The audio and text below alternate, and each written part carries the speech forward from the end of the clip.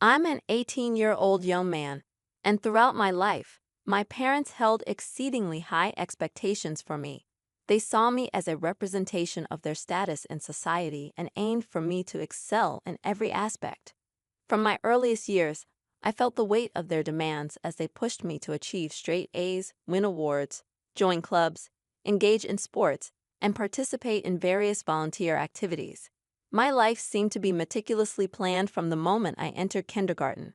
They insisted that I pursue a course I despised at a prestigious university of their choosing.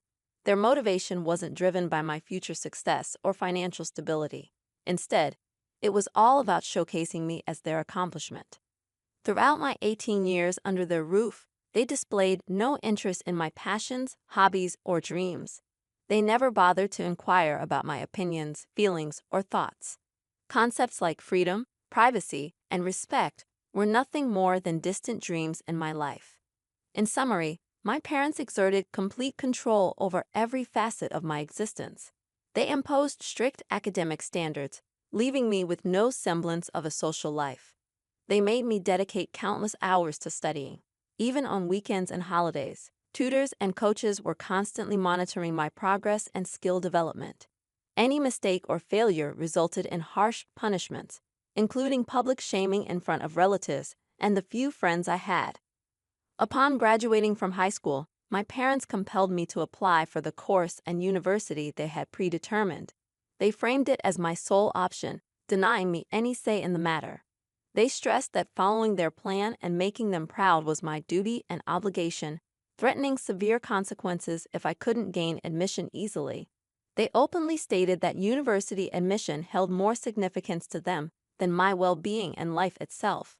My worth and gratitude were measured solely by my ability to secure admission there. Unfortunately, their chosen course didn't align with my passion for the arts, which they were entirely unaware of. When they discovered this, their anger and disappointment were palpable. They accused me of squandering their time, money, and efforts, and claimed that I had shattered their reputation, hopes, and dreams. They treated me as though I were a criminal, with my father labeling me a failure and a disgrace. The repercussions they had threatened soon became a reality. As soon as they learned of my failure to gain admission, they disowned me and banished me from their lives. They handed me the keys to an old, dilapidated van and instructed me to leave, expressing their desire never to see or hear from me again. In that moment, it became evident that my parents had severed all ties with me. I didn't attempt to explain, apologize, or plead my case. Instead, I simply climbed into the van and drove away. Uncertain of my destination and feeling a mix of hurt, anger, and betrayal, I also experienced an overwhelming sense of freedom and relief, finally liberated from the oppressive grip of my parents. I roamed the streets in search of a place to rest and sleep, eventually stumbling upon a campground where I encountered a group of individuals living in RVs and vans. They extended a warm and friendly welcome, inviting me to join their bonfire and barbecue gathering. As we shared our stories, I confided in them with the unvarnished truth about my situation. In return, they offered empathy and shared their own experiences of leaving behind homes, jobs, or relationships for various reasons. Each had a unique story to tell, some fleeing from something, others chasing dreams, and a few simply seeking new horizons. Nevertheless, they all shared a common theme. They were living life on their own terms. Their acceptance and sense of value provided me with a newfound sense of belonging. Over the course of the next month, we stuck together, enjoying adventures and exploring the local area. We hiked, fished, swam, and indulged in games, all while engaging in lively conversations, laughter, songs, and dances. Together, we relished in food, drinks, relaxation, and mutual support. We also pooled our resources to tackle practical challenges like vehicle repairs, resource hunting, making plans, and ensuring our safety. Moreover, this newfound community helped me recognize the toxicity of my parents' behavior and encouraged me to pursue my interests and passions. They wholeheartedly supported my quest to find my own path and goals, inspiring me with their tales of overcoming adversity to achieve success. That month spent with them was truly transformative. However, during this period, my parents made no effort to reach out to me. The sole family member I had contact with was my grandmother. But my parents had cautioned me not to reveal my homeless situation to her, leading me to fabricate stories about my well-being. My grandmother had always held a special place in my heart, being the only family member to treat me with kindness and respect. She showed me affection, gave me compliments, and stood up for me against my parents' harsh and unreasonable methods of raising me. She valiantly defended me from their cruel criticisms and unjust punishments, providing solace during my times of distress. Despite residing apart from us, she financially supported my parents when they faced financial difficulties, frequently sending me money and supplies. She would call me at least once a week, and her spacious home always had a room set aside for me. She had urged me on multiple occasions to move in with her, and was well aware of my passions, offering unwavering encouragement and compliments for who I was. She never missed an opportunity to boost my confidence, acknowledging my intelligence, talents, and handsomeness. She recognized my potential and was willing to help me seize opportunities. Her love for me was unconditional, a stark contrast to my parents who would often deceive her about my health and misappropriate her money. They eagerly awaited her inheritance, planning their retirement around the belief that they would receive a substantial sum of money and property from her. Before expelling me from their lives, my father had issued a stern warning, insisting that I mustn't divulge anything to my grandmother, knowing full well that she would stand by my side. I chose to withhold the truth from my grandmother because I didn't want to burden her with the knowledge that my parents had disowned me. I didn't disclose the fact that they had forced me out of their house, providing me with an old van and cutting off all contact with me. I kept up this deception not only due to my father's threats, but also because I wanted to shield her from worry, knowing that she was elderly and frail. When my grandmother would call, I continued to lie about my well-being out of love for her. However, I realized that I couldn't deceive her indefinitely. After a month of living outside in the van and making new friends, I decided to come clean and share the truth with her. I mustered the courage to call her and confess everything that had transpired. By the end of our conversation, tears were streaming down my face, and my grandmother, too, was weeping. She did her best to console me and expressed her anger toward my parents, labeling them as heartless, selfish, ignorant, foolish, abusive, and neglectful. She immediately invited me to her home and insisted that I stay with her. Upon seeing me, she embraced me tightly, determined to care for and protect me. She even apologized for my parents' actions, but I was hesitant to impose on her by staying in her home. She wouldn't hear of it and wouldn't let me leave. First, she contacted her lawyer and updated her will, naming me as the sole heir to all her property. She then called my father and informed him that she had learned about everything, reading her will aloud to him. She declared that everything she owned belonged to me and admonished them for their terrible mistake and shameful behavior. She made it clear that she would cut them off from her inheritance, which was a significant blow to my parents, given their financial struggles and their reliance on my grandmother's wealth and property to maintain their lavish lifestyle and social standing. They had always expected to inherit everything from her upon her passing and had taken her generosity for granted. Subsequently, my father reached out to me, followed by my mother. They apologized, expressed regret for their actions, professed their love for me, and claimed to miss me. They wanted me to return home and promised to change. However, I saw through their intentions, recognizing that they were only trying to manipulate the situation to regain access to my grandmother's assets. In response, I laughed at their pleas and hung up the calls. I questioned whether I was being unreasonable for not granting my parents another chance. Despite my desire to continue my journey, my grandmother was opposed to it. She inquired about my academic aspirations and what I wanted to do with my life. My grandmother was well aware of my passion for art, so she suggested that I enroll in a community college in her locality. Despite my parents bombarding my phone with texts of apology, I hadn't made up my mind about forgiving them. My grandmother, however, made it clear that even if I chose to forgive them, she could never do the same for the harm they had caused me. 2 days ago, my mother sent me a photo of my father, claiming he was severely ill but refusing to go to the hospital unless I visited him. Both my grandmother and I sensed deceit in her message, but we decided to investigate. My grandmother, accompanied by her lawyer, planned to drive to my parents' home. If things went awry, she intended to intervene and rescue me. Following our plan, my grandmother visited my parents' home yesterday. Once inside, my mother snatched my phone, and my father locked me in a room.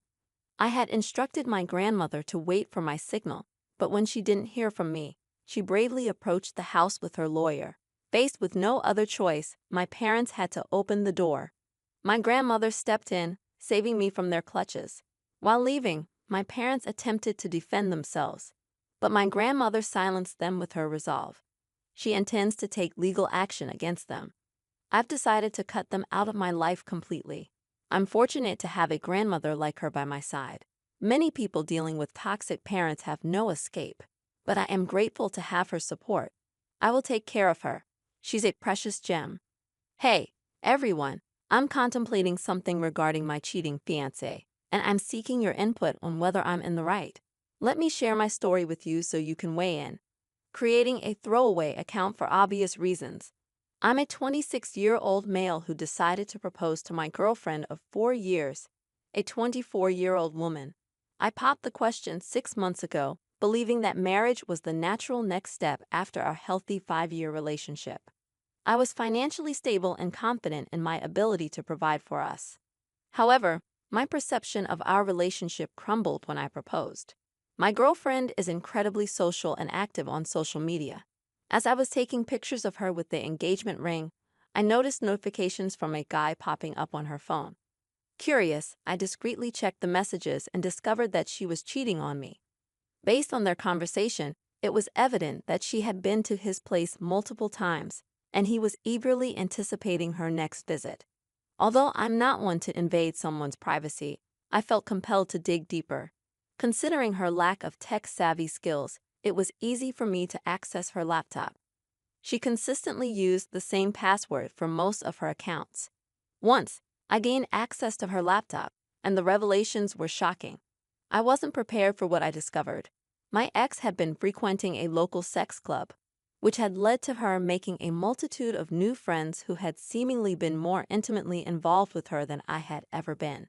At the time of my investigation, she was engaged in conversations with about 7 men. From their exchanges, it was painfully clear that she had spent intimate moments with them. In many of these chats, she demeaned my performance in bed compared to theirs, claiming they were far superior. Reading those words shattered my heart. The person I had loved for the past 5 years had been cheating on me for the better part of 3 years. The weight of this realization hit me like a ton of bricks. I felt an overwhelming hatred for her, an emotion I couldn't adequately describe. I never thought I was capable of such intense feelings of loathing towards someone I had loved so deeply. I couldn't believe I was entertaining thoughts of harm towards someone I still cared for. That's when I decided on a course of action. I wanted to inflict mental and emotional distress upon her. Perhaps this makes me a morally questionable person, but I was determined to make her suffer the consequences of her actions. I contemplated my decision, slept on it, and ultimately committed to the plan. I pretended that everything was normal between us. I knew about her infidelity, but I didn't let on that I was aware of her cheating. I put on a facade, acting as if everything was fine. We both lied to each other, and I observed her with a fake smile whenever I saw her enthusiastically chatting on her phone, all the while wondering if she was betraying me again. It was torment living with her, but I believed that my revenge would be worthwhile. The plan was straightforward. I had no intention of marrying her. I allowed her to meticulously plan the wedding, knowing full well that it would be a solo affair since I had no intention of showing up.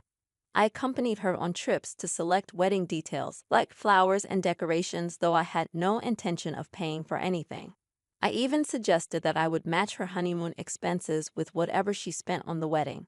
She was delighted, naively unaware that she was racking up a significant bill. Her innocence brought a cynical smile to my face, even in the face of this elaborate revenge plan. I understood that my actions were cruel, but in my mind, I believed she deserved it. I continued to monitor her affairs, and unsurprisingly, she was still engaging in infidelity. Knowing this made it easier for me to witness her financial downfall over a wedding she would be attending alone. With our wedding just 2 days away, I found myself experiencing a touch of stage fright. I couldn't help but question if I would be considered a bad person if I followed through with my plan. After all, she was still cheating on me. Just 30 minutes ago, I confirmed that she was going to meet one of her partners at a bachelorette party. I had discussed my dilemma with my best man, and he believed that my actions were cruel when I could have simply broken up with her. Hello, everyone. I want to express my gratitude for your support and checking in on me. I didn't anticipate that you would appreciate my idea as much as you did. Your support means a lot to me. Now, on to the update you've been waiting for. I decided to go with the suggestion a few of you provided in my direct messages, which was to expose her as the cheater she was. And so, that's precisely what I did. I asked my best man to play a video containing all the screenshots of the chats I had gathered over the months, along with those pictures. I included a brief explanatory message to ensure everyone understood that I would not be showing up for the wedding. I followed through with my revenge plan and told her that I would have an extended bachelor's party and return the night before the wedding. But we both knew I had no intention of returning. I didn't inform my family about this because my parents are close to her, and I didn't want her to find out. Only my best man was privy to my decision not to attend the wedding. As the wedding time approached, my phone was inundated with calls from both my parents and my cheating fiancé. She kept calling repeatedly until the calls abruptly stopped, presumably when the video was played in front of all the guests. Since then, I haven't received any calls from her, and my parents have tried to reach me once or twice, but I haven't answered. I'm reluctant to respond and be forced to explain why I kept my struggles hidden from them. I stayed in touch with my best man, who provided all the details about how the events unfolded. He described the humiliation she felt as the screenshots were displayed, revealing her sexting someone other than me. I had anticipated feeling a sense of satisfaction upon hearing the news, but the emotions I experienced far exceeded my expectations. Hello, everyone. The past 2 days have been quite intense. I finally returned home, which used to be the apartment we shared. The first thing that struck me was the absence of her belongings. It turned out she had moved out during these past 2 days. She left numerous voicemails on my phone, pleading for me to reconnect with her. In sum, she sounded angry that I had abruptly exited her life without offering any closure. Yet in the same messages, she would break down, begging for forgiveness for her betrayal. I recognized that her words were driven by her longing for the comfort of our relationship, but I couldn't bring myself to fall for her act again. I had devoted years to her, pouring my heart and soul into our relationship. What had I received in return? Heartbreak. I consider myself fortunate to have discovered her infidelity before marrying her, but it still pains me. I wish I hadn't found myself in this situation. In the following weeks, various events unfolded, and that's why I couldn't respond earlier. My ex decided she wanted me to cover all the expenses she had incurred for her wedding since she hadn't received any refunds and was displeased about it. She took me to court, and after weeks of not seeing each other, we finally faced each other. While I can't provide many details due to the ongoing court case, I didn't have to pay her a substantial amount. It was around 20% of what she had spent, and that was pretty much it. I had assumed that seeing her would evoke no emotions, but I was wrong. I felt terrible in her presence. I couldn't fathom how she thought it was acceptable to hurt me the way she did. I had wanted her by my side forever, while she decided that sleeping with others was a preferable choice. Now somehow I was painted as the villain for seeking retribution. I don't comprehend why she views my decision to distance myself and not forgive her as wrong. In my eyes, and in yours, I haven't committed a wrongdoing, and that's what truly matters to me. Honestly, this will be the final update I provide on this post. I have no desire to revisit the memories of this incident ever again. To the person offering advice, I appreciate your perspective, and you're right. I deserve better than what she has given me. As for exposing her secrets at the wedding, I've thought about it, but I've decided against it. I want to move past this chapter of my life. Hey, everyone. Thank you so much for tuning into today's stories. Remember, if you have a story of your own that you'd like to share, Please email it to the address provided in the description below.